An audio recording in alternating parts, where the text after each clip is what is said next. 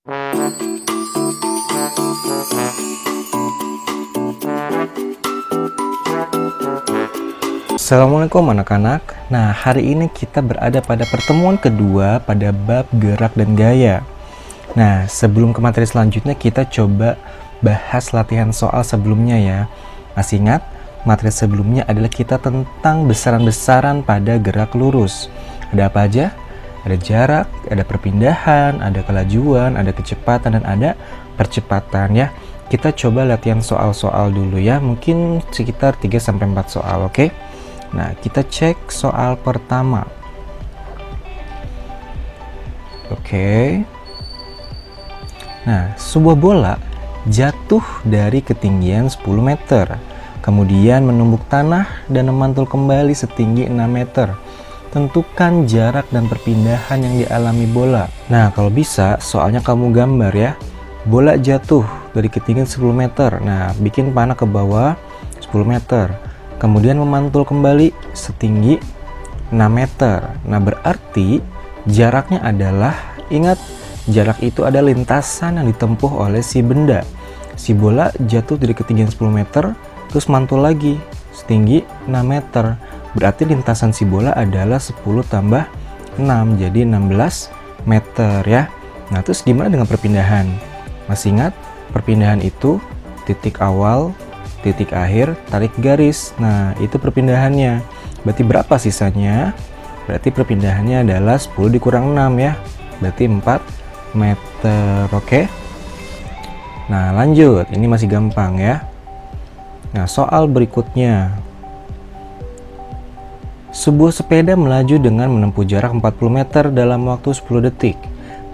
Kelajuan yang dialami sepeda adalah, nah, ingat, tulis dulu yang diketahui ya. Kalau ngerjain soal itu, tulis dulu yang diketahui.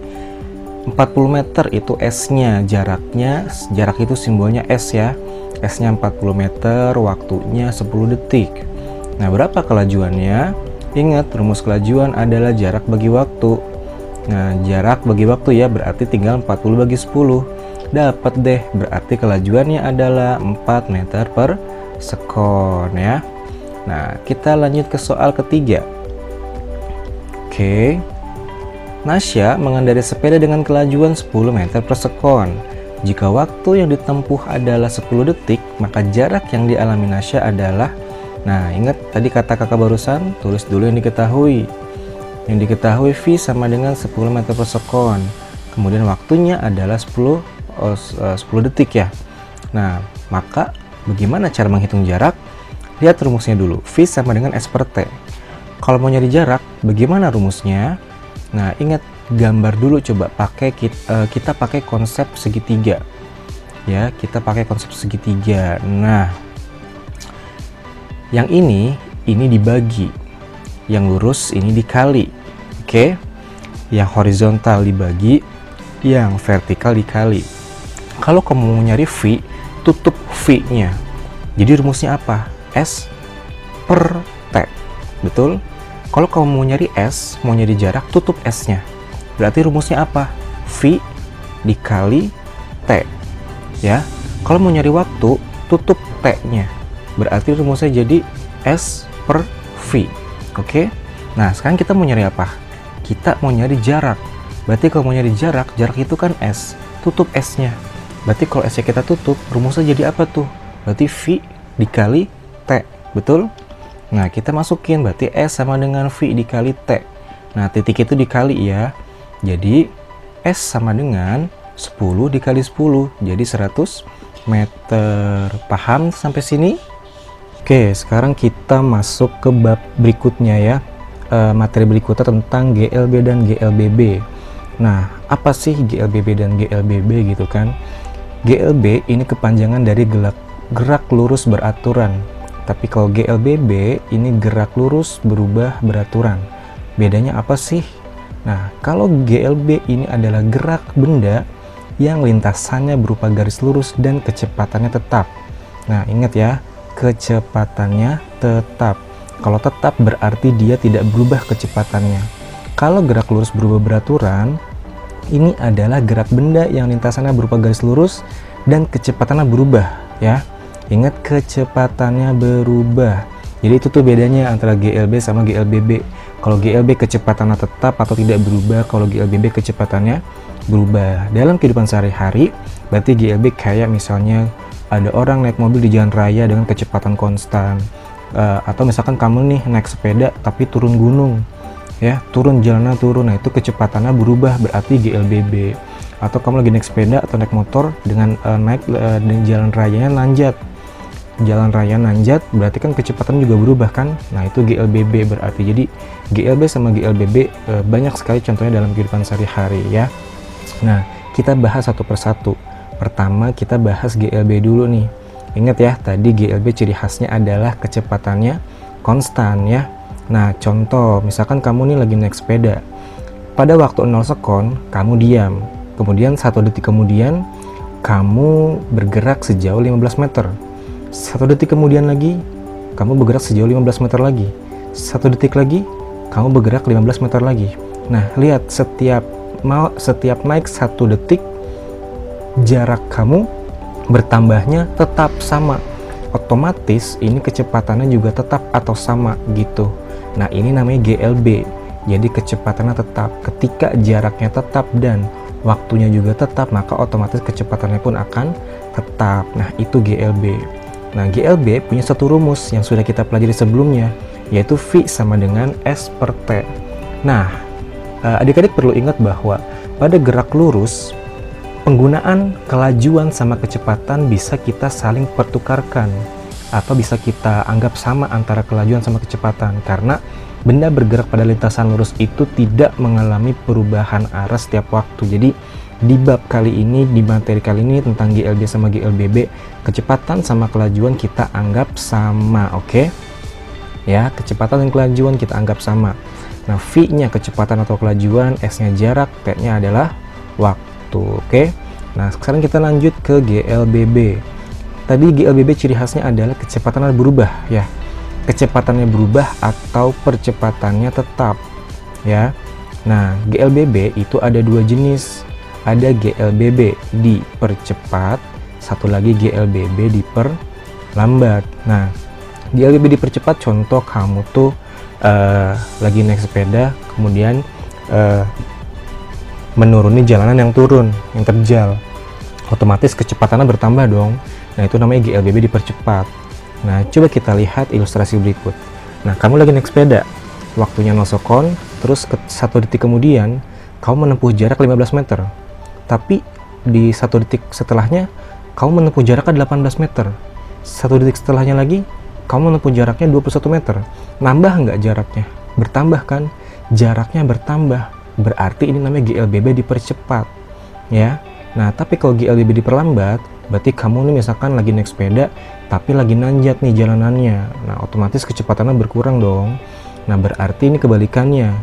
Pas T0 sekon, 1 detik kemudian 15 meter jarak kamu ya. Kemudian 1 detik lagi jarak yang kamu tempuh 12 meter. Terus 1 detik kemudian lagi jarak yang kamu tempuh 9 meter. Kalau dilihat, ini jarak yang kamu tempuh di setiap detiknya berkurang, betul nggak? Dari 15 jadi 12 jadi 9. Nah, ini namanya GLBB diperlambat, oke? Pokoknya GLBB diperlambat itu kecepatannya berkurang, GLBB dipercepat berarti kecepatannya bertambah, oke? Next, nah kalau di GLBB rumusnya adalah A sama dengan V2 min V1 per T. Kalau kemarin di video sebelumnya rumus A itu kan V per T kan. Nah, ini V-nya double, ada V2 ada V1. Apa bedanya? Kalau A itu adalah percepatan 1 meter per sekon kuadrat, nah V1 adalah kecepatan awal, V2 adalah kecepatan akhir. T-nya biasa sekon ya, waktu. Nah, oke, coba kita lihat langsung ke contoh soal.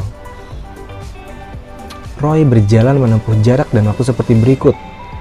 Menit pertama dia menempuh jarak 120 meter, 2 menit kemudian dia menempuh jarak 240 meter. Nah, pertanyaannya berapa kecepatan rata-rata Roy bersepeda? Nah, kita cari satu-satu ya. Ingat, kalau ngerjain soal harus tulis yang diketahuinya dulu. Pertama, jarak 120 meter, jarak itu simbolnya S, berarti S nya 120 meter ya. Kemudian waktunya menit pertama. Kalau menit pertama berarti kan 1 menit. Nah, ubah ke sekon. Ingat waktu satuannya harus sekon. Jadi kalau ini masih menit, ubah dulu ke sekon. 1 menit sama dengan 60 sekon ya. Nah, kemudian baru kita masuk ke rumus. Nyari kecepatan kan? Nah, ini kan rumus GLB berarti V sama dengan S per T. S-nya 120, T-nya 60. Masuk, dapatlah 2 meter per sekon ya. Kemudian yang B, jaraknya 240 meter, berarti S-nya 240 meter, T-nya 2 menit, ubah ke sekon jadi 120 sekon, betul nggak? Ya kan? Nah, baru masuk rumus nyari V, kecepatan, S per T. S-nya 240, T-nya 120, sama dengan 2 meter per sekon. Coba lihat, V1 sama V2 nilainya sama, ya udah, berarti kecepatan rata-ratanya adalah 2 meter per sekon. Tahu dari mana ini soal GLB? Di soal tidak diketahui kalau kecepatannya berubah, betul nggak? Nah, maka kita bisa deteksi bahwa ini GLB gitu ya. Kecuali di soal kita bisa melihat bahwa oh ada pengurangan kecepatan, berarti ini adalah GLBB gitu ya. Nah, next soal GLBB. Tadi kan GLB tuh, sekarang kita GLBB. Oke, Rina naik sepeda di jalan menurun sepanjang 50 meter. Tanpa dikayuh, sepeda meluncur dengan kecepatan, wah kurang diketik nih, kecepatan 10 meter per sekon ya, sampai di jalan datar. Jika kecepatan awalnya adalah 2 meter per sekon, berapa percepatan Rina bersepeda? Nah, kita tulis yang diketahuinya dulu nih. Jaraknya 50 meter, kemudian kecepatan awalnya 2 meter per sekon kan? Nah, tadi yang 10 itu berarti kecepatan akhirnya, V2-nya 10 meter per sekon. Yang tanya percepatannya, A-nya yang ditanya. Nah, kalau kamu lihat dari rumus ini, kira-kira besaran apa yang belum diketahui? V2-nya udah ada, V1-nya udah ada, T-nya belum ada kan? Kita cari T-nya dulu. Dari rumus apa? Dari rumus GLB ya. Nah, caranya gimana? Ingat rumus V sama dengan S per T. Nah, kita lihat pakai rumus segitiga.